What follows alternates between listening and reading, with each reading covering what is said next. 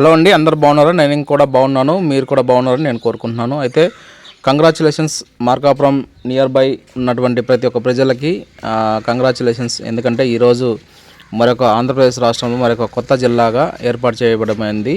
ఈ యొక్క మార్కాపురం జిల్లాలో గిద్దలూరు, కంభం, త్రిపురాంతకం, ఎర్రగొండపాలెం, అర్ధవీడు, రాచర్ల, కొమురోలు, బేసవరపేట, తర్లుబాడు, దోర్నాల, పెద్ద అరవీడు, మార్కాపురం, పుల్లల చెరువు, పొదిలి, కొనకలమిట్ల, హెచ్ఎంపాడు, సిఎస్పురము, ఇవన్నీ కలిసి వెలిగండ్ల, సిఎస్పురం, చంద్రశేఖరపురం ఇవన్నీ కలిసి మార్కాపురం జిల్లాలో ఈ యొక్క మొత్తం 2 డివిజన్లుగా ఏర్పాటు చేయబడి 4 నియోజకవర్గాలుగా విభజించబడి ఈ యొక్క మార్కాపురానికి కొత్త జిల్లాగా ఆంధ్రప్రదేశ్ రాష్ట్రంలో ఏర్పడింది. ఇది మొట్టమొదటి కలెక్టర్ గారు శ్రీ పి రాజబాబు సార్ గారు, ఐఏఎస్ గారు, వి హర్షవర్ధన్ సారు, ఆయన జిల్లా ఐపీఎస్ గారు, వీరిద్దరు కలిసి మార్కాపురం జిల్లాను మొట్టమొదటిసారిగా ఈ యొక్క మార్కాపురం జిల్లా వచ్చినందుకు కృతజ్ఞతలు తెలియజేస్తున్నాము ప్రజలందరికీ.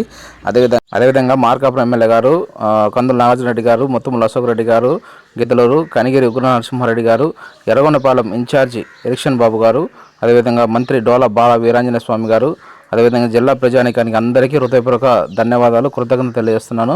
మార్కాపురం జిల్లా వచ్చినందుకు మార్కాపురం ప్రజలందరూ దాదాపు 4 నియోజకవర్గాలు ఉన్న ప్రజలందరూ సీఎం గారికి కృతజ్ఞతలు తెలియజేస్తున్నాము.